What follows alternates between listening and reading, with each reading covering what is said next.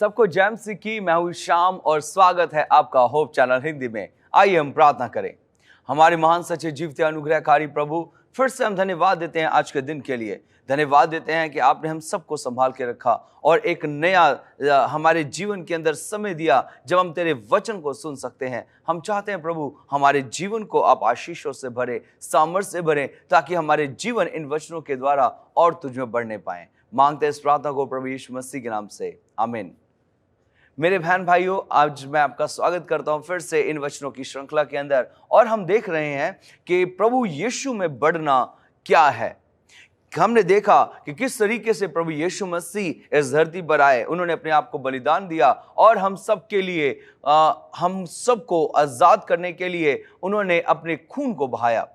और प्रभु हमसे चाहता है कि हम आज के समय में अपने जीवन के अंदर परमेश्वर को पूरी रीति से ग्रहण करें, अपना उद्धारकर्ता बनाकर। मेरे बहन भाइयों, मैं आपको बताना चाहता हूं, पिछली बार जो हमने अध्ययन किया, पिछली बार जो हमने वचन में देखा कि हमारा जीवन कैसा होना चाहिए। हमारे जीवन के अंदर प्रार्थना का जीवन बहुत ऐसे होना चाहिए। प्रार्थना का जीवन हमारे जीवन को आशीषित करता है। प्रार्थना के जीवन के द्वारा हम प्रभु की नजदीकियों में बढ़ते हैं। हमने देखा प्रार्थना का महत्व। प्रार्थना का महत्व क्या है? प्रार्थना हमारे जीवन को और आशीषित करता है। प्रार्थना हमारे जीवन को परमेश्वर के साथ जोड़ता है। हमने देखा प्रार्थना के विषय में कि प्रार्थना कितनी महत्वपूर्ण है हमारे जीवन में। हम मरे होते हैं अगर हम प्रार्थना नहीं करते। हमने देखा कि प्रार्थना के बारे में कि प्रार्थना कैसी होनी चाहिए। हमारी प्रार्थना के अंदर परमेश्वर का वचन बताता है कपटियों के समान नहीं, बल्कि परमेश्वर कहता है हमारी प्रार्थना हलीमता के साथ और समय परमेश्वर के साथ बिताने वाली होनी चाहिए, मजबूती की प्रार्थना होनी चाहिए। हमने देखा कि हम बिना प्रार्थना के हमारी जो आत्मा है, हमारा जो जीवन है, वो कमजोर पड़ जाता है। और जब परमेश्वर का आत्मा हमारे पास आता है, हम सामर्थ पाकर, परमेश्वर की शक्ति पाकर और प्रभु में हम बढ़ते जाते हैं। हमने देखा पौलुस के प्रति कि पौलुस अपनी सेवकाई के अंदर प्रार्थना को कितना महत्व देता है। मेरे अजीज बहन भाइयों, ये बहुत जरूरी है कि जब हम प्रार्थना में, प्रभु में, उसके आत्मा में, उसकी सामर्थ्य में बढ़ते हैं। आज का जो विषय है बहुत महत्वपूर्ण है। आज के विषय में हम देख रहे हैं कि किस तरीके से हमारा जीवन फलदायक होना चाहिए।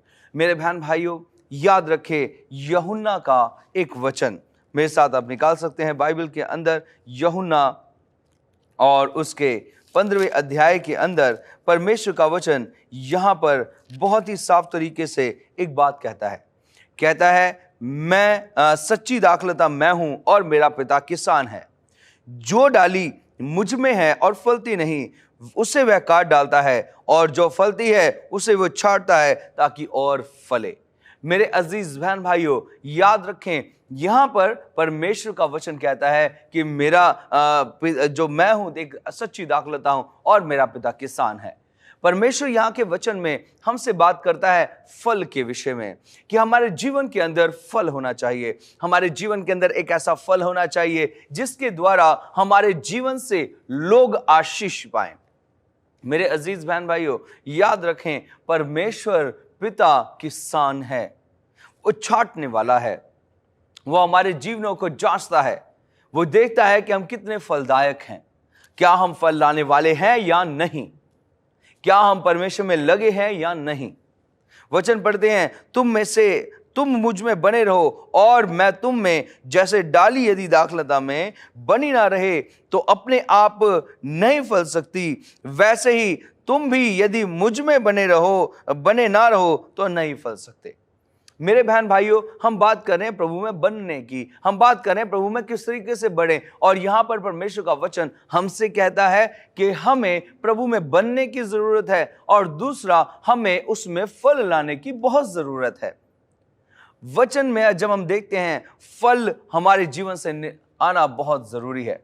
यदि हम फलवंत नहीं हैं, यदि हमारे जीवन के अंदर फल नहीं है, यदि हमारे जीवन से लोग आशीष नहीं पा रहे, तो याद रखना हमारा जीवन मरा हुआ है। हमारे जीवन के अंदर परमेश्वर का आत्मा नहीं है। हमारे जीवन के अंदर परमेश्वर का वो सामर्थ्य नहीं है जिसके द्वारा परमेश्वर हमारे जीवन को इस्तेमाल करके अपने कार्य के लिए इस्तेमाल करना चाहता है। मेरे बहन भाइयों, याद रखें परमेश्वर का वचन कहता है कि उनके फलों से यीशु मसीह ने कहा कि उनकी पहचान होती है।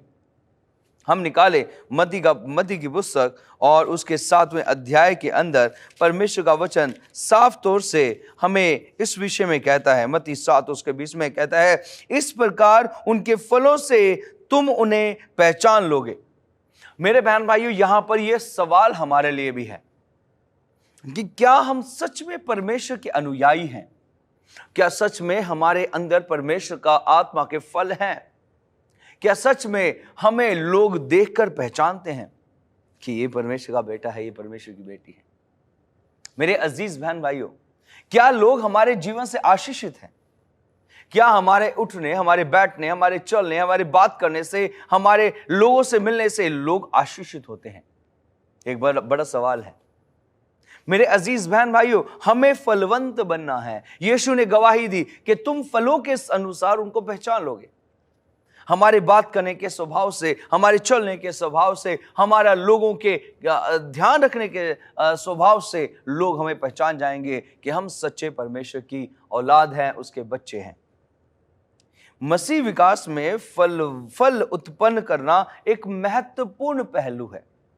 जब आप मसीह को ग्रहण करते हैं, जब आप प्रभु में बढ़ते जाते हैं, तो हमारे जीवन के अंदर फल होने बहुत जरूरी है।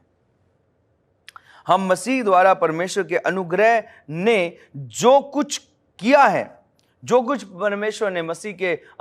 कुछ मसीह ने परमेश्वर के अनुग्रह के द्वारा हमारे अंदर किया है, उसमें विश्वास करके मुफ्त हमें बचाए गए हैं। उसके अंदर हम बचाए गए हैं ताकि हम और फल लाएं, ताकि हम प्रभु में बढ़ते जाएं। और हम में ऐसा कुछ नहीं कि जिसके विषय हम घमंड करें। मेरे बहन भाई, हमारे अंदर कुछ नहीं है ऐसा। सब कुछ जो हमारे जीवन के अंदर है वो प्रभु ने दिया है। सब कुछ जो हम लोग करते हैं वो प्रभु की ओर से है। इफिसियों की पुस्तक उसका 2 अध्याय और उसके 7वें और 8वें वचन में हम जब पढ़ते हैं, इफिसियों की पुस्तक 2 अध्याय 7वां और 8वां वचन, यहां पर परमेश्वर का वचन कहता है कि वह अपनी उस कृपा से जो मसीह यीशु में है, में हम पर है, आने वाले समय में अपने अनुग्रह का असीम धन दिखाए। वचन कहता है क्योंकि विश्वास के द्वारा अनुग्रह ही से तुम्हारा उद्धार हुआ है, और यह तुम्हारी ओर से नहीं वरन परमेश्वर का दान है। मेरे बहन भाइयों, अनुग्रह जो है यह परमेश्वर का दान है। हमारे जीवन में हम किसके ऊपर घमंड करें? परमेश्वर ने हम सबको बहुत आशीषों से भरा है। यूहन्ना 3 अध्याय 16वां वचन। परमेश्वर ने जगत से प्रेम किया, उसने अपने बेटे को दिया ताकि जो कोई उस पर विश्वास करे वो नाश ना हो परंतु अनंत जीवन पाए। ये फल है प्रभु यीशु मसीह का कि उसके द्वारा हम जीवन पाते हैं। हमारे जीवन के अंदर कौन सा फल है कि लोग हमारे जीवन से आशीष पाए? मेरे अजीज बहन भाइयों, इसको जानना, इसको ध्यान करना बहुत ही ज्यादा जरूरी है। तभी हम फलदायक बन पाएंगे जब हम परमेश्वर के अनुसार चलेंगे। मेरे बहन भाइयों, हमारा जीवन फलदायक तभी बन सकता है जब हम परमेश्वर के अनुसार चलें, जब हम उसके अनुसार अपने जीवन को लेकर जाएं। हम इसलिए नहीं बचाए गए कि हम वह करें जो हमें आनंद देता है। याद रखना, हम इसलिए नहीं बचाए गए कि हम अपने आनंद के लिए कार्य करें। जब प्रभु यीशु मसीह इस धरती पर थे, उस समय बहुत सारे लोग उस जगह पर थे जो अपने आनंद के लिए कार्य करते थे, जिन्होंने परमेश्वर की आज्ञाओं को बोझ बना दिया था, जिन्होंने परमेश्वर के हुक्मों को लोगों के लिए इतना बड़ा बोझ बनाया था कि वो परमेश्वर के हुक्मों को मानते हुए दबते थे। वो याद रखें, उस वचन को जब टैक्स दिया जा रहा था और उस समय में एक बहन ने 2 दमड़ियां डाली, गरीब ने। लोगों ने कहा अरे तो बहुत कम है, लेकिन प्रभु यीशु ने कहा ये कम नहीं है, ये इसने बहुत ज्यादा डाला है। लोग वहां पैसे देख रहे थे, लेकिन यीशु वहां पर देखने की धारणा देख रहा था। प्रभु यीशु मसीह उनके जीवन के व्यक्तिगत जीवन को भांप रहा था। मेरे बहन भाइयों, आज हमारे जीवन के अंदर ये बहुत जरूरी बात है कि क्या हम कार्य जो है अपने लाभ के लिए कर रहे हैं उस समय लोगों ने परमेश्वर के लाभ के लिए, अपने लाभ के लिए परमेश्वर का काम कर रहे थे। लेकिन मेरे बहन भाई, यहां पर परमेश्वर का वचन कहता है कि जो भी करें हम अपने लाभ के लिए ना करें, लेकिन हम दूसरों के लिए करें। यह फल है हमारे अंदर। परंतु हम इसलिए बचाए गए हैं कि परमेश्वर की इच्छा के अनुरूप जीवन व्यतीत करें। मेरे बहन भाइयों, परमेश्वर ने हमें इसलिए बचाया है ताकि हम परमेश्वर की योजनाओं को समझे, परमेश्वर के अनुरूप अपना जीवन चलाएं। इसलिए यीशु मसीह का वचन कहता है, जैसा मैं पवित्र हूं तुम भी पवित्र बनो। आज ये वचन हमारे पास आता है, क्या हम पवित्र हैं? क्या हम सच में परमेश्वर के अनुयायी हैं, सच्चे अनुयायी? मेरे बहन भाइयों, याकूब के अंदर हम एक वचन पढ़ते हैं, याकूब की पुस्तक और उसका 2 अध्याय और उसके 17वें वचन में परमेश्वर का वचन कहता है, वैसे ही विश्वास भी यदि कर्म सहित ना हो तो अपने स्वभाव में मरा हुआ है। मेरे बहन भाइयों, यहां पर इस वचन की ओर ध्यान दें। अगर हम परमेश्वर के अनुरूप काम नहीं करते तो हमारा विश्वास क्या है? मरा हुआ है। हम यीशु मसीह, हम परमेश्वर पर विश्वास नहीं करते। हमारा जो विश्वास है वो प्रभु के प्रति नहीं है, बल्कि हमारा विश्वास हमारे आनंद के लिए है। क्योंकि हम परमेश्वर के अनुरूप कार्य नहीं कर रहे, हम अपने आनंद के लिए काम कर रहे हैं। मेरे अजीज बहन भाइयों, याद रखना, प्रभु यीशु मसीह ने खून बहाया है हमारे उद्धार के लिए, ताकि हम प्रभु यीशु मसीह में उद्धार पाएं, ताकि हम प्रभु यीशु मसीह में वो अनंत जीवन पाएं जो पिता हमें देना चाहता है। यीशु का दावा पिता के साथ यीशु के संबंध और आशा यीशु के साथ उसके शिष्यों के संबंध के लिए है। मेरे बहन भाइयों, याद रखना, हम लोग यहां पर जो बात करते हैं कि जो एक परमेश्वर का संबंध है वो यीशु के साथ है, और यीशु का संबंध इसलिए है उसके शिष्यों के साथ ताकि वो हमें उद्धार के मार्ग पर लेकर जाए। हम पढ़ सकते हैं यूहन्ना की पुस्तक और उसके 15वें अध्याय को हम पढ़ेंगे। यूहन्ना और उसके 15वें अध्याय को और 15वें अध्याय की 10वीं वचन में लिखा है साफ तौर से, यदि तुम मेरी आज्ञा को मानोगे तो मेरे प्रेम में बने रहोगे, जैसा कि मैंने अपने पिता की आज्ञा को माना और उसके प्रेम में बना रहता हूं। मेरे अजीज बहन भाइयों, यहां पर सीखें यह फलदायक जिंदगी, आज्ञाकारिता वाली जिंदगी। यीशु ने साफ कहा कि अगर तुम मेरी आज्ञा में बनते हो तो क्या हो जाएगा? तो मेरे प्रेम में बने रहोगे। और जैसे यीशु खुद अपना उदाहरण देता, क्योंकि मैंने भी अपने पिता की आज्ञा मानी और उसके मैं प्रेम में बना हुआ हूं। मेरे अजीज बहन भाइयों, प्रभु यीशु मसीह ने जो दुख उठाया है वो बहुत ही दर्दनाक दुख उठाया है, लेकिन ऐसे में उस दर्द के साथ, उस तकलीफ के साथ उसने अपने पिता की आज्ञा को टाला नहीं, लेकिन अपने पिता की आज्ञा को पूरा किया है। आज सवाल हमारे पास आता है, क्या परमेश्वर हमें कोई ऐसी आज्ञा दे रहा है? आज सवाल आता है, क्या परमेश्वर हमें कोई ऐसी आज्ञा दे रहा है कि जिसमें हमसे वो प्राणों की आहुति मांग रहा हो? मेरे बहन भाई, ऐसा कुछ नहीं है। आज वो बस हमसे यही आज्ञा दे रहा है कि तुम अपने जीवन को मेरे पीछे चलाने वाले बनो, तुम अपने जीवनों के अंदर फल लाने वाले बनो। मेरे बहन भाइयों, प्रभु यीशु मसीह आज्ञाकारिता के साथ चला। यीशु का पिता की आज्ञा मानना परमेश्वर के प्रेम में बने रहने का एक बहुत बड़ा परिणाम है, उसके प्रेम को दर्शाता है। पिता और पुत्र के बीच घनिष्ठ संबंध का आधार प्रेम और केवल प्रेम है। याद रखना ये बात, परमेश्वर प्रेम करता है, उसका पुत्र भी उससे प्रेम करता है, और यह घनिष्ठ प्रेम है। और इस घनिष्ठ प्रेम के अंदर हम देख रहे हैं कि कैसे प्रभु यीशु मसीह ने अपने आप के प्राणों की आहुति दे दी। अपने प्राण को भी समझा नहीं अपने लायक, उसने निछावर कर दिया। क्यों? क्योंकि प्रभु यीशु मसीह अपने पिता से प्रेम करते हैं, और ये इसके बीच में प्रेम ही है जो संबंध है, घनिष्ठ संबंध है।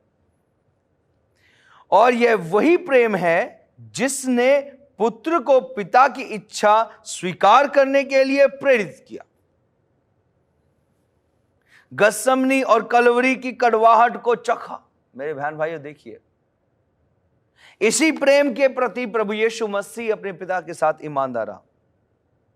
यीशु का अपने पिता के साथ संबंध, ध्यान दें इस बात को, यीशु मसीह का अपने पिता के साथ जो संबंध था, पिता की आज्ञा मानने से पहले आता है। याद रखें, इस संबंध के अंदर सबसे पहली बात आती है पिता की आज्ञा मानना। उसी प्रकार शिष्यों का यीशु के साथ जो संबंध है वो आज्ञा मानने से पहले आता है, कि आज्ञा जो होनी चाहिए वो आनी चाहिए। मेरे अजीजों, प्रभु यीशु मसीह जब बादलों पर जा रहे थे, उन्होंने एक बात कही अपने चेलों से, और क्या कहा कि जो आज्ञाएं, जो वचन मैंने तुम्हें मानना सिखाया है, दूसरों को सिखाओ। आज्ञाओं के विषय में प्रभु यीशु मसीह यहां पर बात करते हैं। आज हमारे जीवन में क्या फल है? क्या हम परमेश्वर के लिए फलदायक लोग हैं? यूहन्ना की पुस्तक उसके 14वें अध्याय के 15वें वचन में परमेश्वर का वचन एक और कहता है, क्योंकि मैंने तुम्हें नमूना दिखा दिया है कि जैसा मैंने तुम्हारे साथ किया है वैसा ही तुम भी वैसा ही किया करो।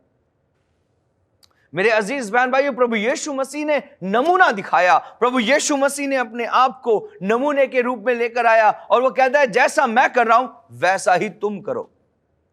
हम सोचते हैं क्या ये कठिन, अरे ये तो भैया बहुत कठिन है, अरे बाबा ये हमसे नहीं हो सकता, वो तो परमेश्वर था, वो तो कर गया। हम भूल जाते हैं कि वो परमेश्वर था, लेकिन साथ में वो परमेश्वर के साथ 100% इंसान भी था।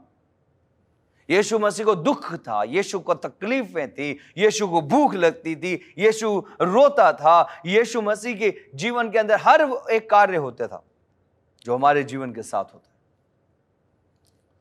मेरे बहन भाइयों, प्रभु यीशु मसीह प्रेम रखता है। 14वां अध्याय और उसके 15वें वचन में परमेश्वर का वचन कहता है, 14वें अध्याय के 15वें में फिर से एक और वचन देखेंगे। यहां कहता है, यदि तुम मुझसे प्रेम रखते हो तो मेरी आज्ञाओं को मानोगे। मेरे बहन भाइयों, यहां पर परमेश्वर हमसे एक बात लेता है, कहता है यदि तुम मेरी आज्ञाओं को मानोगे तो तुम क्या करोगे? यदि तुम मुझसे प्रेम रखते हो तो मेरी आज्ञाओं को जरूर मानोगे। यूहन्ना 14 के 31वीं आयत परमेश्वर का वचन एक और बात कहता है इसलिए परंतु यह इसलिए होता है कि संसार जाने कि मैं पिता से प्रेम रखता हूं और जैसे पिता ने मुझे आज्ञा दी वैसा ही करता हूं। उठो यहां से चलें। मेरे बहन भाइयों, यहां पर एक बात देखें, प्रभु यीशु मसीह उनसे कह रहा है मैं पिता की आज्ञा मानता हूं।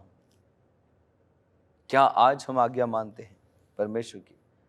परमेश्वर हमें आज्ञा देते हैं कि हम परमेश्वर की इच्छा पूरी करने से पहले आता है प्रभु यीशु मसीह की इच्छा को पूरा स्वेच्छ से पूरा करता है।